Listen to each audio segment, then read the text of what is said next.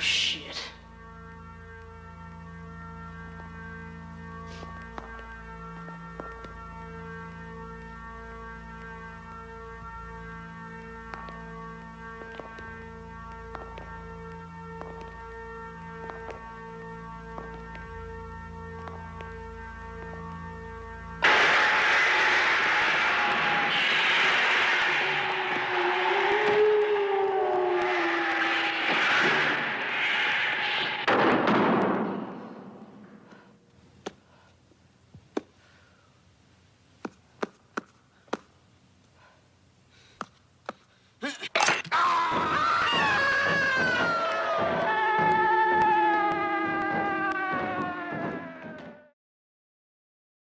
So, Phantasm, when did you first see it?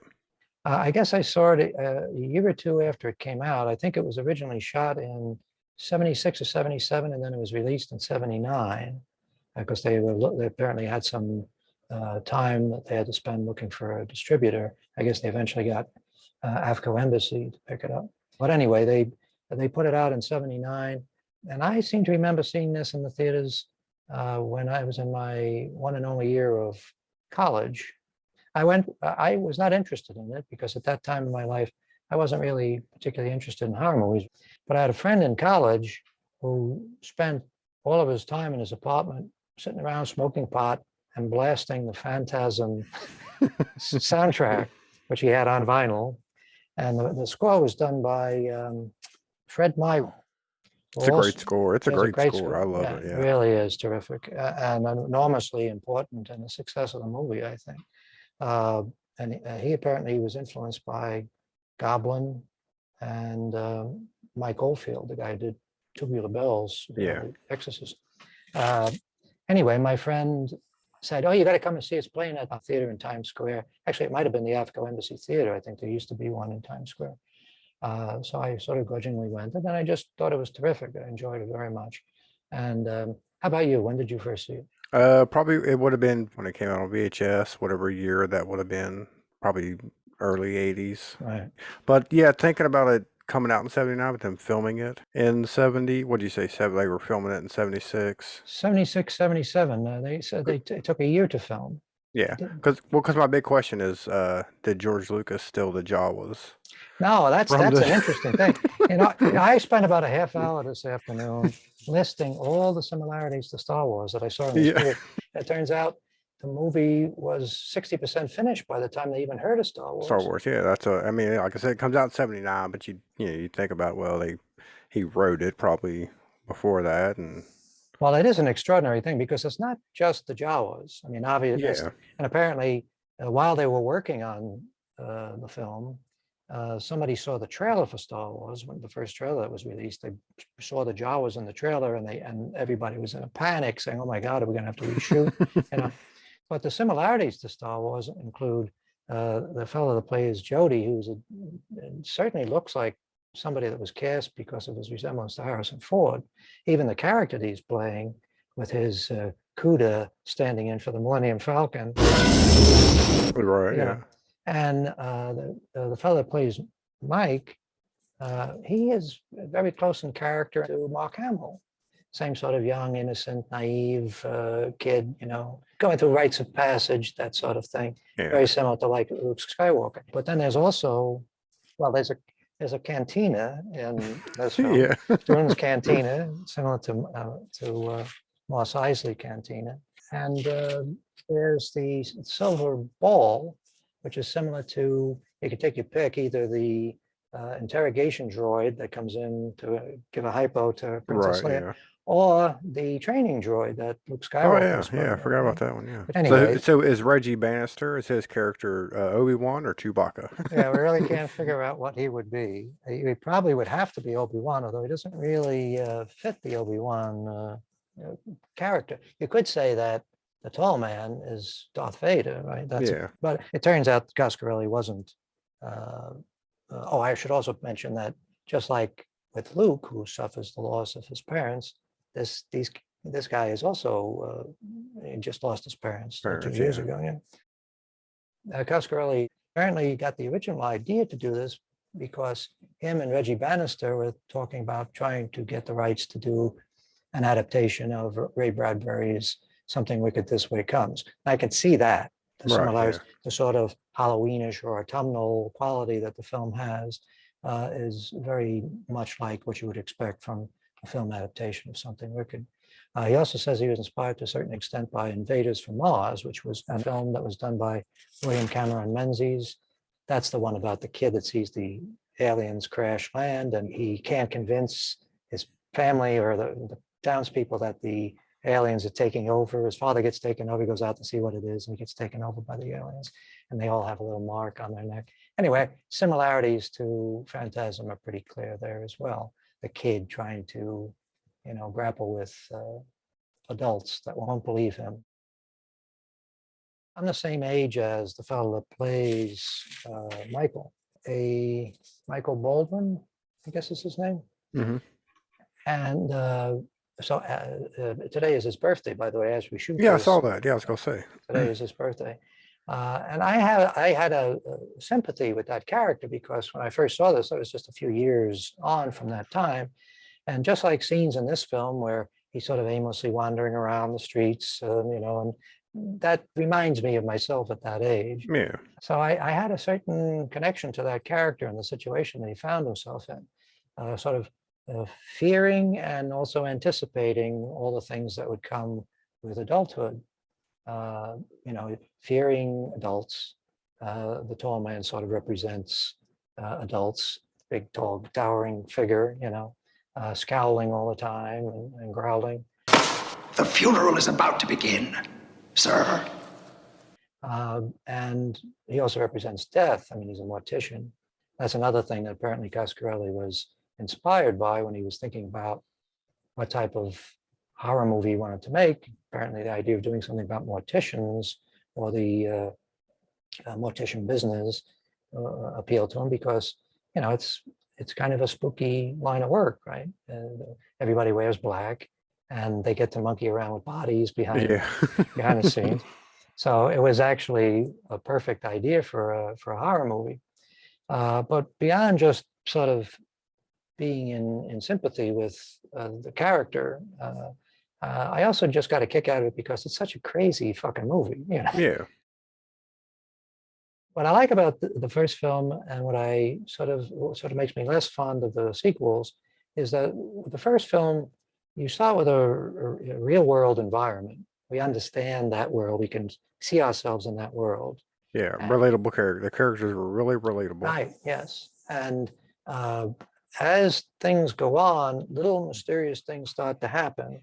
And we don't need to know why they're happening. We don't need an explanation as we go along, because that's part of following a mystery, right? You don't know why these things are happening. So we're willing to accept without explanation all the little strange, mysterious things, because we're assuming that at some point all of this is going to be explained. And it is kind of, it's not really a very logical explanation. Yeah. But the problem with the sequels is they start with the inexplicable or bizarre or mysterious things. And they, like right from the second film, they're going through all these convolutions to try to explain why the girl that he has a psychic connection with is involved. Right, yeah. All that sort of confusing stuff.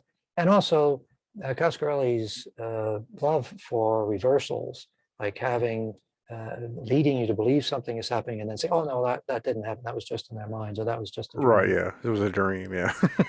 I mean, he does it in Phantasm at the end, where it was all a dream. No, it wasn't. Right. So, and that's fun because it sends the audience out with a little kicker at the end. Yeah, plus he wasn't, I don't think he was planning on a sequel. So the first one was just an end, just how we're going to. Yeah, and it's similar to a lot of movies that were being made at the time that did a similar thing. The Fog has a similar end where you think it's over, and then Carey, of course, has the famous scene with the hand shooting up from the grave. So it's kind of fun because it doesn't really affect the story that you've enjoyed up to that point. Yeah. It's just a little way for the storyteller to say, we're not taking this that seriously. Right, yeah. One last jump scare before you leave the theater. Exactly. and I should say that the first film does grapple with some serious issues, right? I mean, it's about loss of your parents and the fear that kids might have that they're going to be abandoned Right. Yeah, his brother's getting older and going to move away and leave him Right. there. Yeah. And if you could very easily look at the first film as just sort of like a fantasy in the mind of this kid who's anxious about being abandoned, uh, still mourning the loss of his parents, uncertain of where he fits in the world. Uh, so it has certain serious things underpinning it, but it's still just a wacky, fun movie. It's the sort of movie that a kid that age might make. You know, it has that sort of anything can happen quality to it. First time I watched it, I was enjoying it up to the point where the finger turns into a Little bug, fly. Yeah. gets stuck in his hair.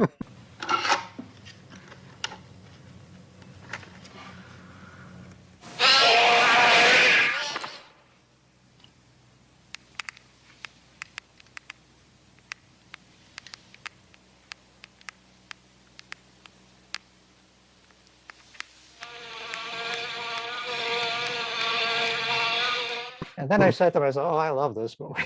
Yeah. You know, any movie that has a red-eyed bug flying around, that's when the whole thing just becomes delightful and really is endearing, I think, to the audience in a way that probably they could never have imagined it would be when they were doing it, right? Yeah. They were just sort of throwing stuff up against the wall. Apparently, the movie was shot over the course of a year on weekends because you could get a free day if you rent the equipment on the weekend. Yeah. So that's a technique, I guess, you use if you're trying to save money.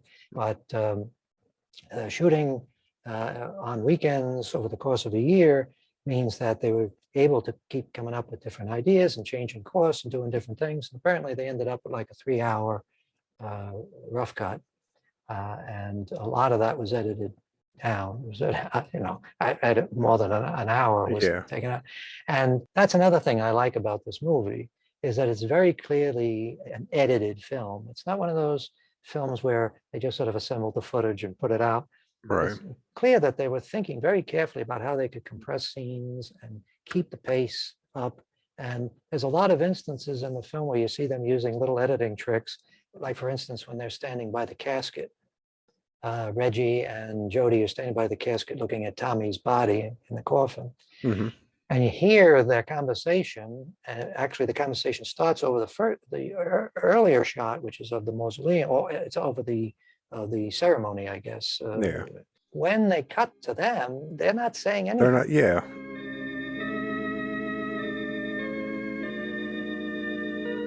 Hey, it was a good idea not to let your little brother come to the funeral and see Tommy like this. Yeah, after Mom and Dad's funeral, he had nightmares for weeks.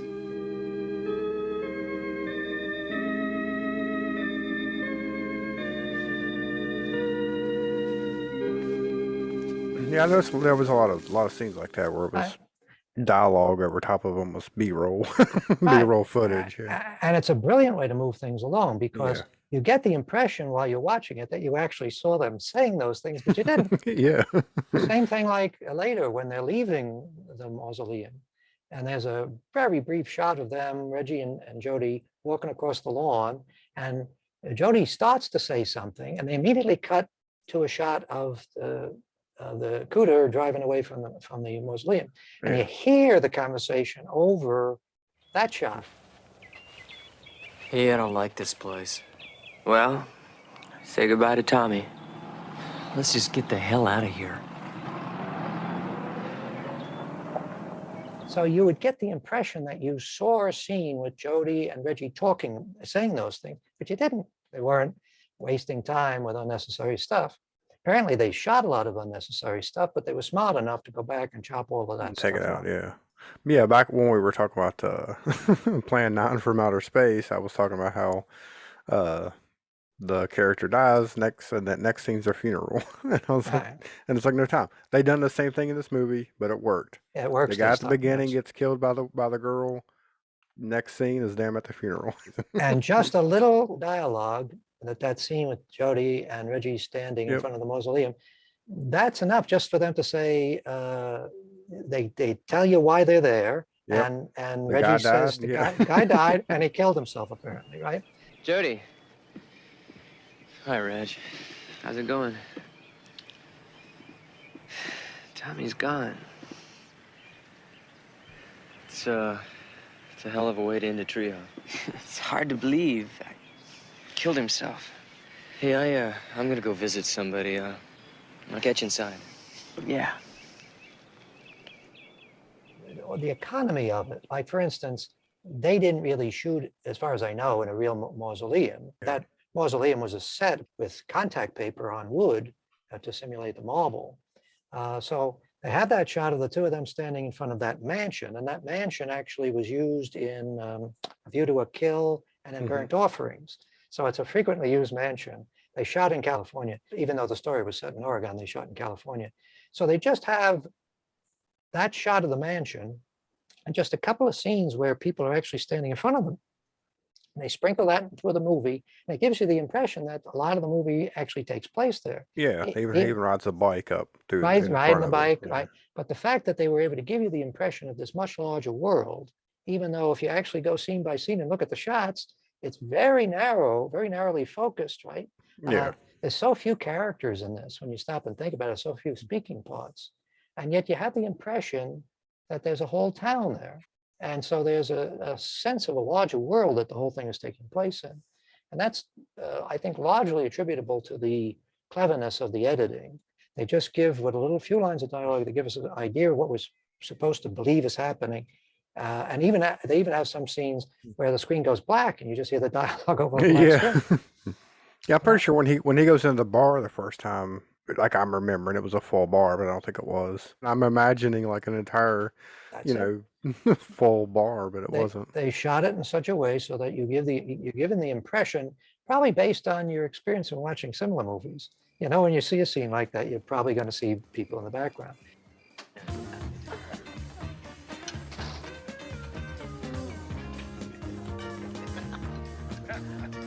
There are some things that become truncated too much, and they sort of lose the meaning, the logic. Like, for instance, after he goes to the fortune teller, he has that little session, which is very effective, that scene with the fortune teller and him having that trust test of putting his hand in a box. Put your hand in the box. Well, what's in it? Just put your hand in the black box. Okay, but what's in it? Hey, this thing really hurts. Don't fear, Michael. I've seen that somewhere else too. That was in Dune. Oh, is that right? Yeah. Yeah, where he puts his hand in the box to. Well, if it's in the book, then that may be where he got the idea. Yeah. But the girl, the granddaughter, I assume it's her that we see from behind going back to the And there's a shot of her in the mausoleum set, approaching the door where the right room is. She opens the door, and they cut away, and you hear a scream.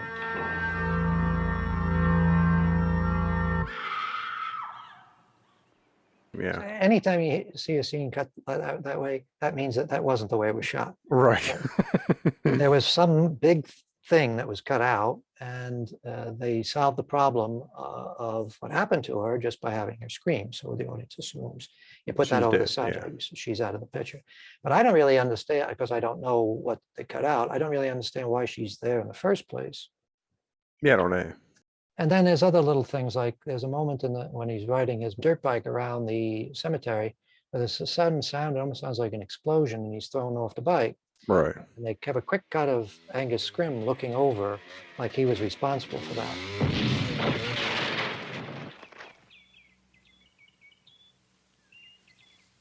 I assume that's something that was put together in the editing. Put together, yeah.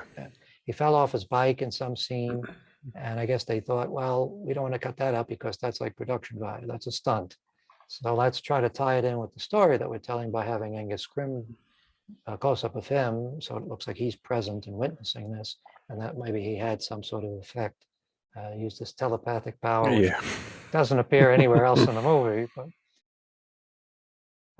I suppose I'd have to say that I'm not really that impressed by the climactic scene when they dispatch the tall man, because the idea late in the movie of suddenly deciding that there's a mine shaft somewhere and coming up with the idea that you could somehow lure him out there and get him to fall down a hole, that's kind of a stretch. Yeah.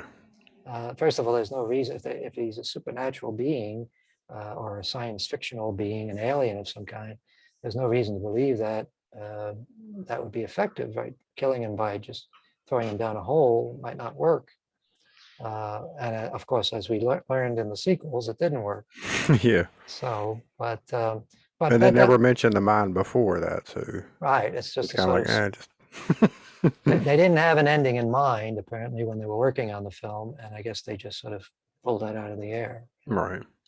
I honestly can't think of a better ending, but yeah, I mean, the ending is satisfactory in the sense that the movie has to end at some point, and that's as good an ending as anything else. Yeah. It's enjoyable enough up to that point, so that doesn't really, it's not really a problem. And of course, if we see the whole thing as just a sort of fantasy in the mind of a boy, then, you know, what difference does it make if it's logical? Yeah. So, but it's a movie that I think probably for me and for a lot of other people, we have much greater affection for it than it probably really merits. Yeah. You know, I think Don Coscarelli is a smart guy, and I think he's a talented filmmaker, and he's done some great movies. But it's not a perfect film by any means. It's just something about it. There's a time and a place and a feeling that it evokes, and people my age, at least, are sort of captured by it. Yeah, I've always liked, I mean, it's always been one of my favorites. I've always liked it, the idea of like the way they're doing I guess it's a parallel universe. I know they go into it in the later movies, which I don't really care for. I like the ambiguity of like what is going on here, you know, because they actually show where that portal goes to. And I like the idea of that portal just being the two poles.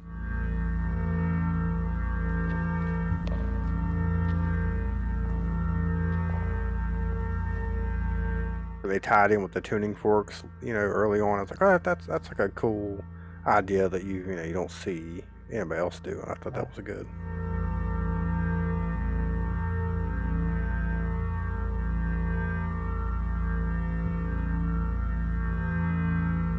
Yeah, it's another thing that sort of works on a dream level.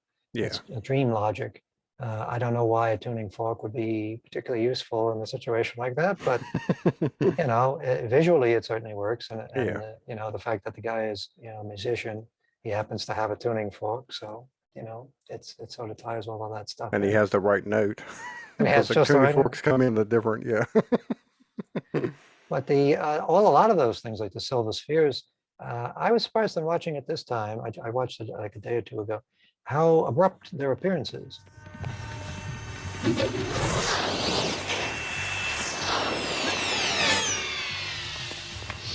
Yeah. And there's no explanation, and everybody, as with every other phenomenon in the movie, they almost immediately accept whatever is going on. Yeah. Like the scene when Reggie comes upon them when they're struggling with the bug, trying to force it down the drain, the garbage disposal. Warm outside, and the ice cream is going to be flying fast and furious. Remember how good you were at crowd control last time? Hey, what's going on here?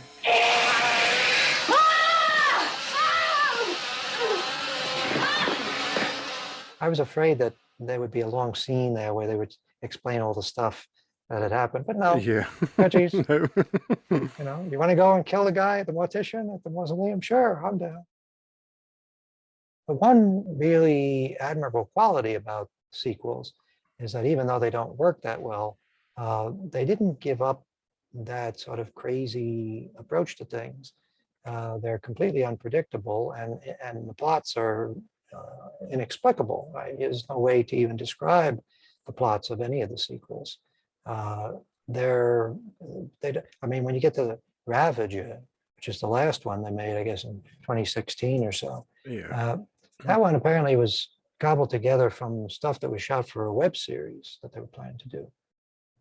And I defy anybody to explain the plot. Yeah. Also, they shifted in the sequels from a focus on Mike, and I always think that the vulnerable character, the innocent character, is the best person to stick with, because everything looks challenging and menacing to that person. Yeah. That's perfect for a horror movie.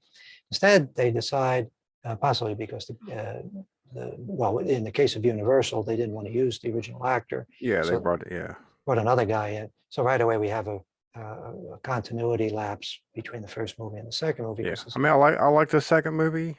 But that replacing that actor just it's too jarring. You're just Yeah, because it's almost like you're watching it and you're not watching the same story.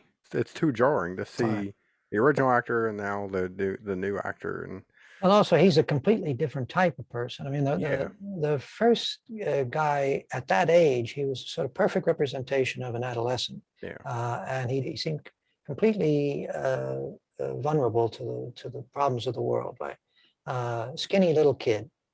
Then when they do the second one, they have this sort of, I don't know, I guess Universal was the one that insisted on using him.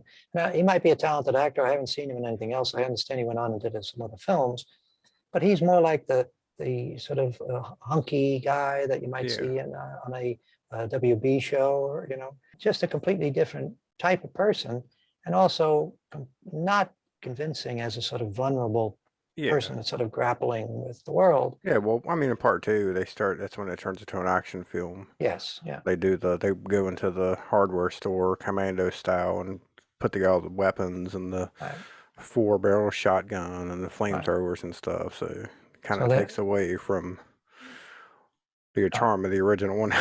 I would say so. I mean, I know a lot of people, there are some people that actually prefer the second one. I was speaking to a friend the other night, and he says he enjoyed the second one. I guess because it came along at a time in his life when somehow he could relate to what they were doing in that film. Yeah. Like Uh, I said, that scene reminded me of the scene from Commando with Arnold Schwarzenegger, where he yeah, breaks into a army surplus store and is getting like all the weapons. right. In Commando, they do it in Dawn of the Dead. That, yeah. There's a bunch of movies where that scene of them, everybody's suiting up. Yeah. But also, it would seem that they're thinking of trying to reposition Reggie's character as a sort of Bruce Campbell character, Yeah.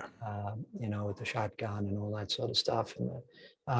And he's an entertaining screen presence. It's fun to watch Hmm. him in the sequels. And with some of the sequels, he's about the only thing that's really Yeah, I fun. like 1 and 3, I guess, are my favorites. 3 was just, I know it was, they still had a lot of the action stuff, but it seemed more fun than what Right. part 2 did.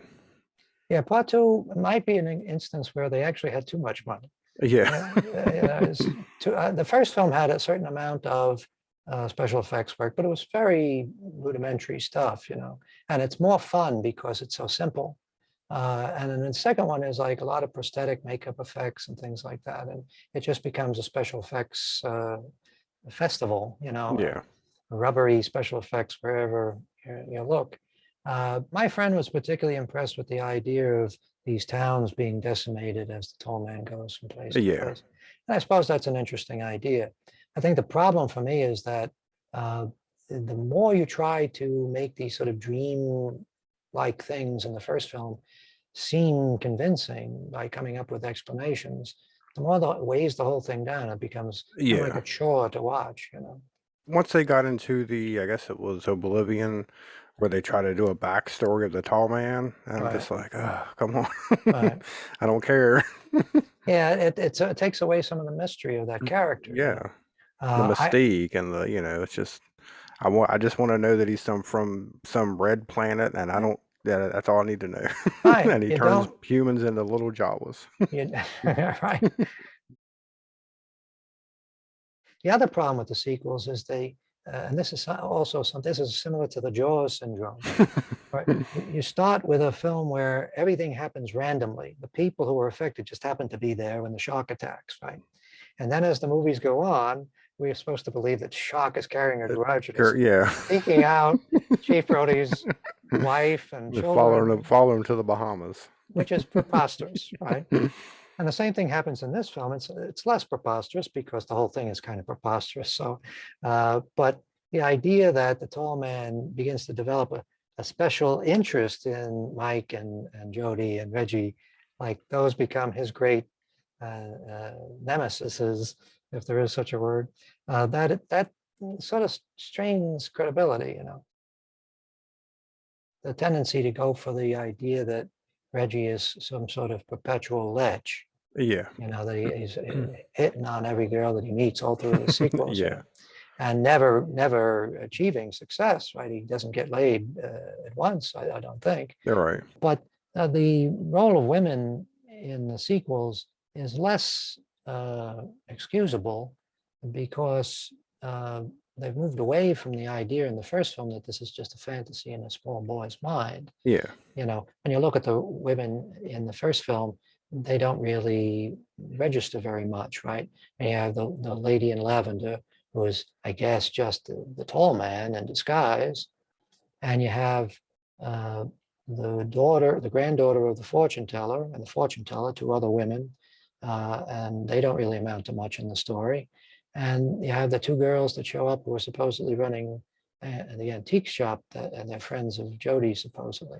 Right. And that's another instance where editing probably sort of truncates things in a sort of uncomfortable way or sloppy way, that you just suddenly sending Mike off to stay with these two people that we haven't been introduced to, and you just get a couple of lines of dialogue to establish that they're running an antique shop, and 5, 6 minutes later they're gone from the movie.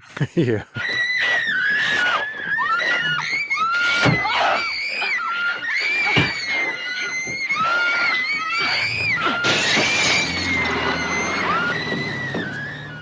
But probably the most awkward thing is when Reggie has to explain how he found them and freed them from the mausoleum. We don't see any of that. That's all been cut out if it was ever shot.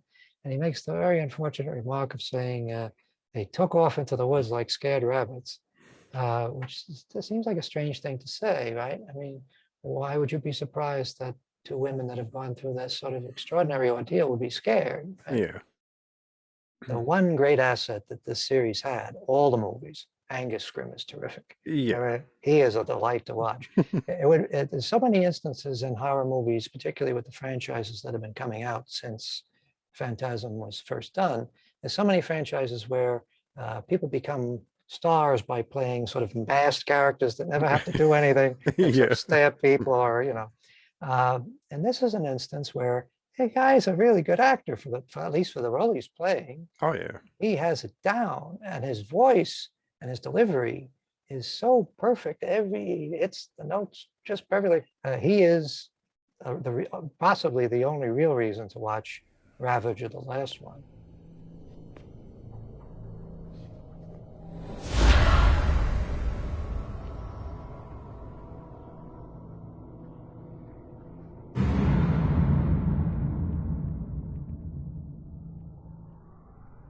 Our paths cross again. And apparently he was ill at the time. Yeah, I'm trying to remember if he even got to finish it before he died. Well, I think they shot most of the stuff like this, and then they just sort of stuck his head on bodies at different moments in the film. The interesting thing, as they went along, they gave him more and more dialogue. Which is understandable because he really handled the dialogue well. By the last one, you got to say, gee, what a trooper, even at 89, still willing, even though I guess he couldn't travel, still willing to allow them to make him up and do the scenes, do the dialogue. So it's worth seeing for that reason. I noticed again, funeral scene, people in the group holding umbrellas. Yeah. Even though it didn't appear to be raining. That's something we see in a lot of movies when they do funeral scenes. God bless Dan Curtis, when he did a funeral scene, I guess it was in House of Dark Shadows, and he called in the local fire department, and they just rained a torrent of water on the people. They looked like they were drowning in the water. That's the way to do a funeral scene. Righteousness for his name's sake. Yea, though I walk through the valley of the shadow of death, I will fear no evil, for thou art with me. Thy rod and thy staff, they comfort me. I noticed in the first one, they have this reflective sphere flying around. I didn't see the camera or a crew member not one time. In the later films, they kind of slacked off on that, and I started noticing stage lights. And so I was just like, I don't know how they done it in the first one. I don't know how they done it without getting are they hiding the camera behind something? Are they, you know what I'm saying? Are they filming, is the camera behind a wall somewhere? I don't know how they're keeping the camera out of that. Because I know they didn't go back in and digitally remove it. Oh, no. And most of the effects are pretty fun, even if they're not completely convincing. It's not the greatest bug in the world. In a way, maybe it being kind of a crappy looking bug makes it that much more enjoyable. It looks like something you might have bought in a toy store. Yeah, remind me of something you'd see in a William Castle movie. Or in a William Castle movie, yeah. Yeah. Well, William Castle shopped for all his props in the toy store. And the finger in the box, of course. I saw somebody on the IMDb saying that they saw the stick that was attached to the finger to make it move. To make it move. Okay, I believe you. It's pretty obviously not a real finger. Yeah. But all of these things don't really, from my perspective, they don't damage the movie at all. Yeah, it doesn't take anything away from it. Right. I mean, a boy that age, probably his only experience with dismembered body parts would be with toys that he bought, Halloween Right, things yeah. and stuff like that. So that's probably what he would think a dismembered finger would look like. It just adds to the fun. I've always been of the feeling that when you're doing gore effects or stuff like that, that achieving complete realism isn't necessarily the right thing to do for some movies. Right. If your movie is supposed to be entertaining and not disturbing, then going with really convincing and really accurate gore effects can sort of be, off-putting. At least that's my feeling. I might be alone in that. I think the yellow, I guess, blood Right. look way more disgusting than Well, that's real true. blood. Yeah, that's It true. was thick and pasty looking, looked like baby food. Right. Yes. And it probably was. Yeah. Coscarelli apparently also cited Dario Argento's Suspiria as a source of inspiration. You could sort of see that as well, not just because of the music, which has a similar quality to it, the goblin music, but also the sort of inexplicable dreamlike quality of the story, when nothing really is explained satisfactorily. And surprisingly, it doesn't really damage the movie. It would actually be a lesser movie if it was thoroughly or properly explained. So it shares that sort of dreamlike feeling and effect with Argento's films. I think what happened with Argento, and probably what happened with the sequels to Phantasm, is that there are a lot of things that fans might be willing to forgive in the first film, as far as lapses of logic in the plot or weak effects and things like that. But when the film becomes an enormous success and they start doing sequels, then everybody's standards start to go up. Yeah. And just like with Dario Argento doing his Dracula thing, and people look at it and say, what the fuck is that? All the little things that people might have found very charming in his earlier films and did find charming and entertaining, suddenly now that there's such high expectations, he's considered a master of horror films, and he's doing like Dracula turning into a praying mantis and things like that. And that stuff just doesn't fly anymore. Those sort of weird things that you might come up with and try are going to end up disappointing the fans because they have invested so much of themselves in their fandom of this franchise that they want the thing to be, really tight and smart and effective. Yeah, a lot of bad CGI in that movie too. And his Dracula. The Dracula, yeah. It just, I mean, when you think of his movies, you think of practical effects, and then he tries to do this, and it's just horrible. In this one, or I'll say the first three sequels, the first two sequels, the fact that they're using the real sphere and filming it and not getting camera in it and crew members in it, and then you get to the last one and it's all CGI and it's just Yes, that doesn't have the doesn't same look quality. as good, and it's not as impressive because it's. Well, I felt sorry for the fellow that directed it. I think the last one. I think he was also the CGI artist on it. Mm-hmm. And I know that a lot of, how the critics and the fans online, everybody's an expert, Yeah. Everybody knows the mark of quality when it comes to CGI. To my eyes, it didn't look terrible. It's just that it looked like CGI. Yeah. It wasn't embarrassing. It was, there are a lot of other movies where that would have been considered perfectly acceptable. But in this instance, you have the earlier film to compare it to, and that's the problem, right? The orb or the sphere is not that impressive an idea. It's how they did it in the first movie. that Yeah. makes it impressive. That's why it's exciting, because it looks like it's actually there flying across the set. And I guess it was to a certain extent, right? They were actually swinging a ball on a fish line, at least in some of the shots. So Or, filming in the reverse shots whenever it's flying into somebody's head. right. They got to pull it off of them and then film it back, roll the film backwards. Yeah. But it's still, I mean, you can tell whenever they do reverse filming, but it's something about it. Yeah, it's more impressive because something was actually done on the set. Yeah.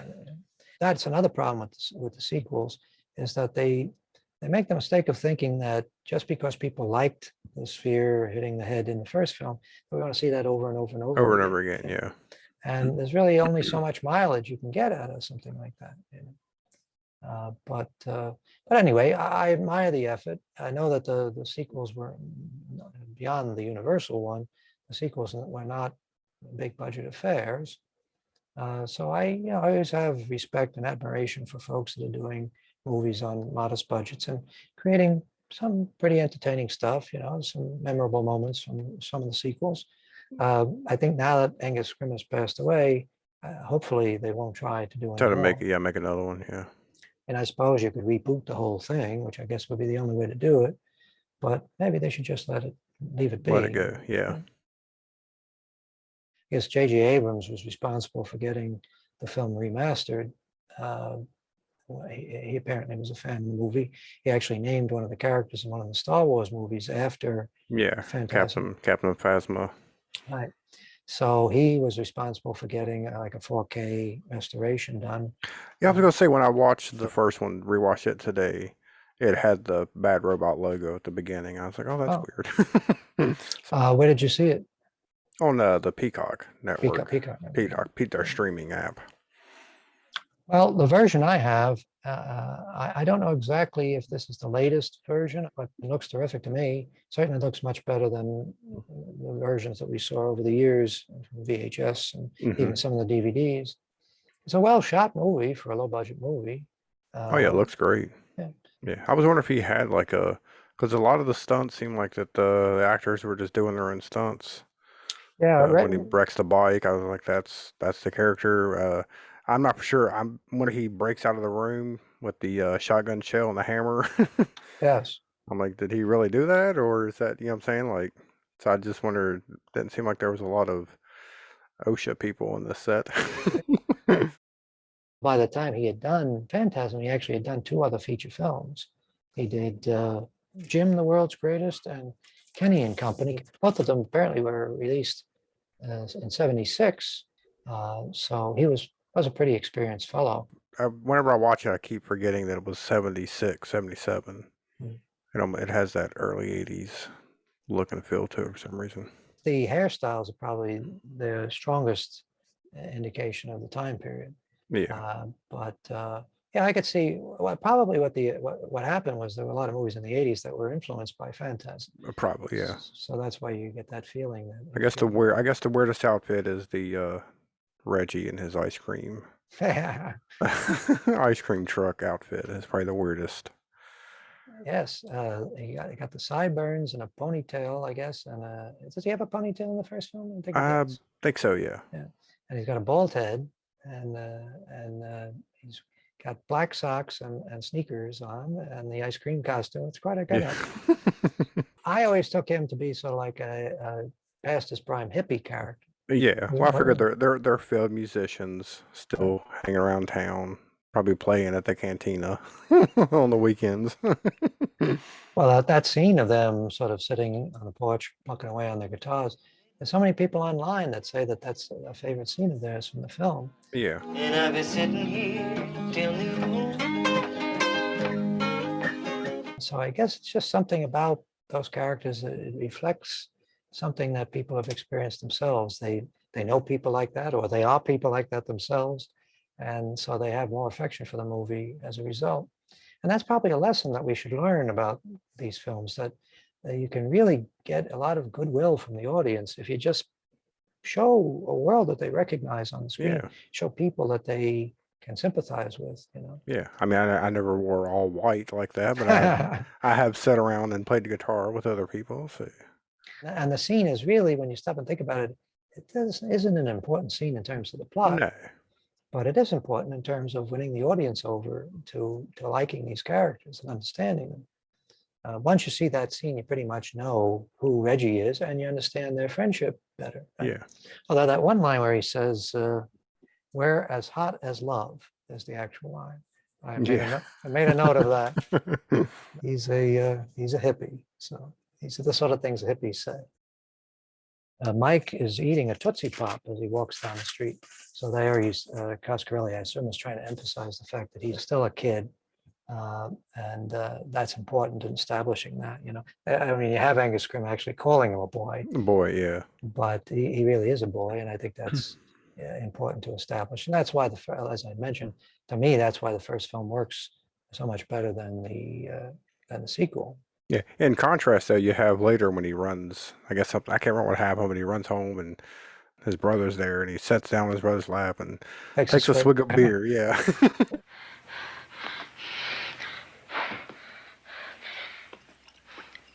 Well, that's the thing. So now he's growing. He's growing as a character.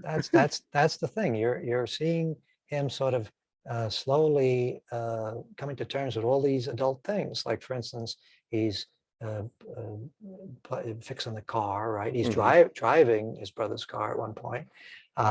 He's obviously expressing an interest in women, right? He reacts very favorably to the sight of the woman's breasts when his brother is making out with her. Although I don't know how he could have seen a breast. I don't know how you've seen it either. Yeah.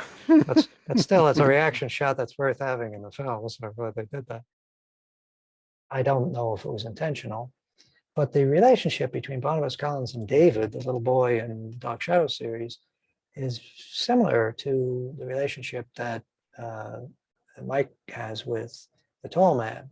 There's scenes in the old Dark Shadows TV show, not so much in the movie, but in the TV show, right, of Barnabas sort of towering over David and sort of intimidating him.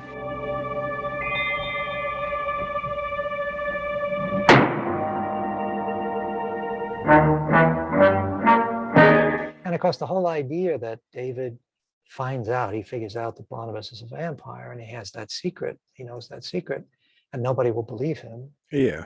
And Barnabas keeps showing up and sort of menacing him. That's sort of similar to what we see in Phantasm. I don't know if that was intentional. I mean, I'm going to guess that Don Coscarelli probably saw Dark Shadows when it was on. I don't know if he was a big horror fan, but it would have been easy to have seen that and sort of absorb it and say, oh yeah, that's an interesting thing. A boy confronting this menacing adult. Right. It's kind of a dramatic thing. So, but that idea of a kid who's sort of sneaking around the edges of things and accidentally witnesses something that reveals some secret, that's something that we've seen in a lot of movies, and it's always an effective thing, right? Because we can always sympathize with somebody like that. He sees something he shouldn't have seen. But what a secret, right? To find out that your parents have been shrunk down into dwarfs. Well, another thing too is like, who's going to believe me if I tell them this, right? I've seen something so fantastical that no one's going to believe me, so I'll just keep it to myself. Right. Yes. You know, everybody goes through that, I guess, in some weird ways. Right. A kid would be right to assume that no adult is going to believe a story like that. Right? Although in the movie, his brother is fairly easily convinced, and so is Reggie. Though I can't blame them for being convinced. If I would be convinced too if I saw a moving finger in a box. And then, of course, I guess Reggie didn't actually see the fly.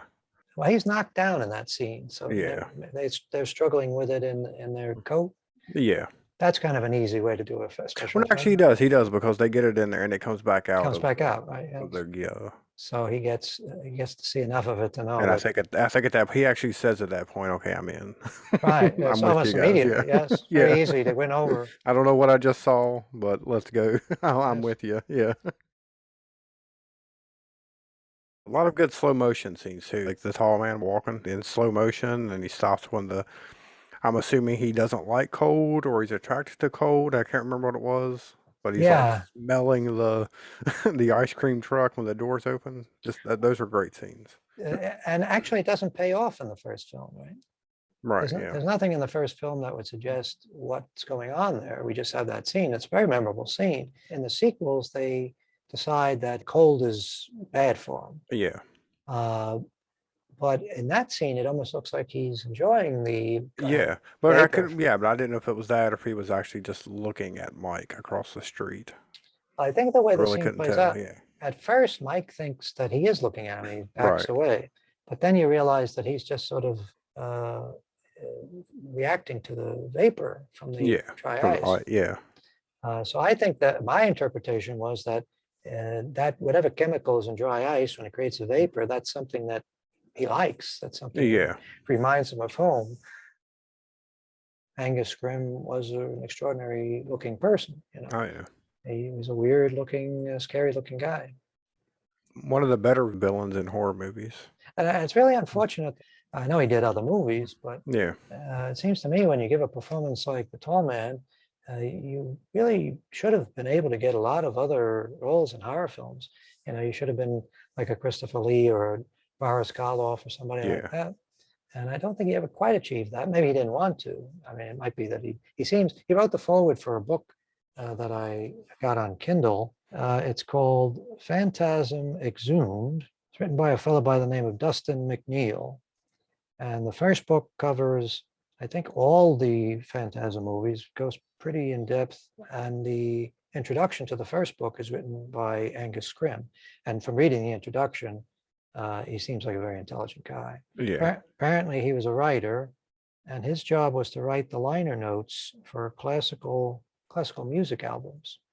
It was his day job, Yeah. writing the liner notes for albums of classical music.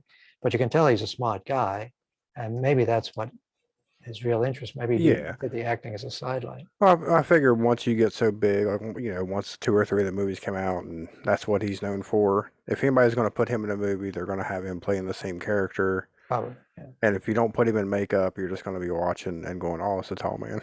So it's probably hard to find other roles. You know what I'm saying? Yeah, it would be a challenge, especially since they don't make movies like Phantasm that often. Yeah. So they probably find themselves in more pedestrian horror movies where it doesn't give them the same opportunity. He could bring a certain flair to this character because there was a certain theatricality to it that you probably wouldn't be able to get in another movie. Anyway, this fellow wrote 2 books, Phantasm Exhumed, and I think the other one is Phantasm Exhumed Again. But I recommend them. I read them, even though I didn't much care for the sequels. It was still fascinating to read about how the movies were made and difficulties that they went through. And I know Don Coscarelli also wrote a book, which I haven't acquired yet. I'm waiting for the prices to come down a little bit. But that should be an interesting story too, because not only did he do Phantasm and most of its sequels, but he also did The Beastmaster and Bubba Hotep or whatever. Yeah. And also John dies at the end, and he's a talented fellow. He's probably got a lot of stories to tell, and he's a smart guy. I've seen him interviewed, so I'm looking forward to reading that. Yeah, I was looking to see if Angus had played Frankenstein anything. He did not. He did play Abraham Lincoln though, so that would have been fitting. Yes, I could see him as it. Was it a stage production? It just says it was a short. I guess like a short short. film. It was from 1951. So yeah, I think it would have been a pretty good Frankenstein. Yeah, I could see him. I mean, he, like Frankenstein's monster in the Boris Karloff movies, he has the platform shoes that he's walking around. I suppose, given the fact that he was able to handle dialogue, which a lot of times the heavies in horror movies are not really able to handle the dialogue. Yeah. That he was a literate, intelligent fellow and a good actor meant that he probably could have played a wide range of different roles, and not just have been limited to saying "boy." Yeah. In the sequels, like I say, one of the advantages is that he gets a lot more dialogue. So and it's always a pleasure to see him on screen. He knows how to deliver that melodramatic, villainous dialogue. It's a lost art, I think. Oh yeah. There aren't too many actors that could do that convincingly anymore.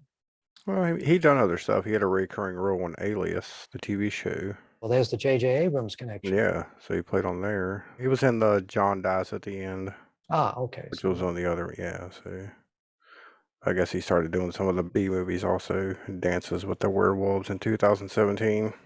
well, to that extent, he's similar to Reggie. Apparently, his wife is a special effects artist. Mm-hmm. So, and apparently in Phantasm, it was Coscarelli's mother that did some of the special effects, which is kind of I interesting. believe so, yeah. But Reggie, what's his name? Bannister? Is that Bannister, yeah. Yeah. His wife is a special effects artist, and apparently they present themselves as a kind of a team to indie horror film Indie horror productions. films, yeah. And I guess he's turned out quite a few of those over Yeah, he the was in. years. I've seen a couple of them he's in. Are any of them? None of them really stand out, no. One Well, of them was called. I think we actually covered one of them when here. It was a Bloody Bible Camp. oh, It was him and Ron Jeremy was in it. Yeah, it wasn't really good. what a team! Huh? Yeah. Well, I mean, people have to make a living, and I Well, guess yeah. trading on the success of Phantasm makes sense. And I guess it is a bargain for the filmmakers if you can hire a guy who has a reputation as a sort of a cult icon in Yeah, horror and you can movies. put his picture on the poster and Right. you give him top billing, and everybody's gonna see it just for that. In a way, I'm surprised we don't see him in more movies. I know he's Yeah, I know. probably in his 70s now. I would Yeah. think, right? So maybe he's slowing down a little bit. And I guess his main career is music. That's true Right. of the fellow that played Jody as well. Mhm. apparently. But yeah, it's surprising that he's not doing more stuff. You would think that would be quick money that he could pick Yeah, up. I figure he may be doing a lot of conventions also. Maybe doing the convention circuit. The problem with the Phantasm franchise, as far as building a career on it, it is kind of like a niche audience for it. I Yeah. mean, it has a small but intensely loyal following, but it never really been like a mega blockbuster. I mean, the first film was not as big a hit as Halloween, obviously, and the sequels have all been fairly disappointing at the box office. Right.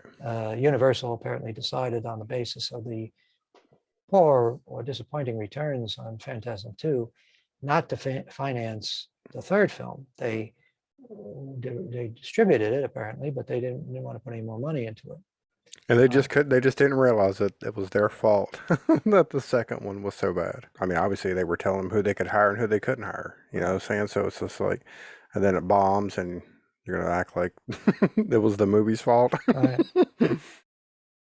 One of the reasons why low budget movies like that are so memorable is because they have that low budget feel. There's a quality that the films have as a result of being done cheaply. Yeah. We talked about this as far as like regional films like Bloodbeat.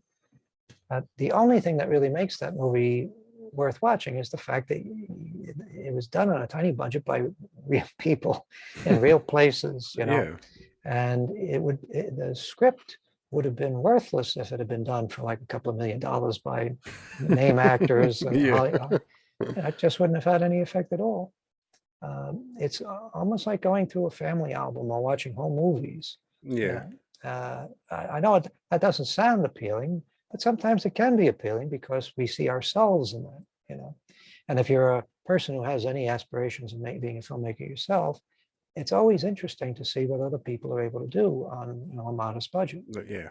The first film has a following that is dedicated and enthusiastic about it beyond the actual merits of the film. That's a neat trick. If you can make something that hits people that way, that's the dream, I guess, of every filmmaker, is to find something that people will love no matter how flawed it is. I recommend anybody. I mean, the first one, I guess watch the second one just because it continues the storyline, but with a different actor, it throws me off too much. I can't enjoy it. Part 3, I really liked.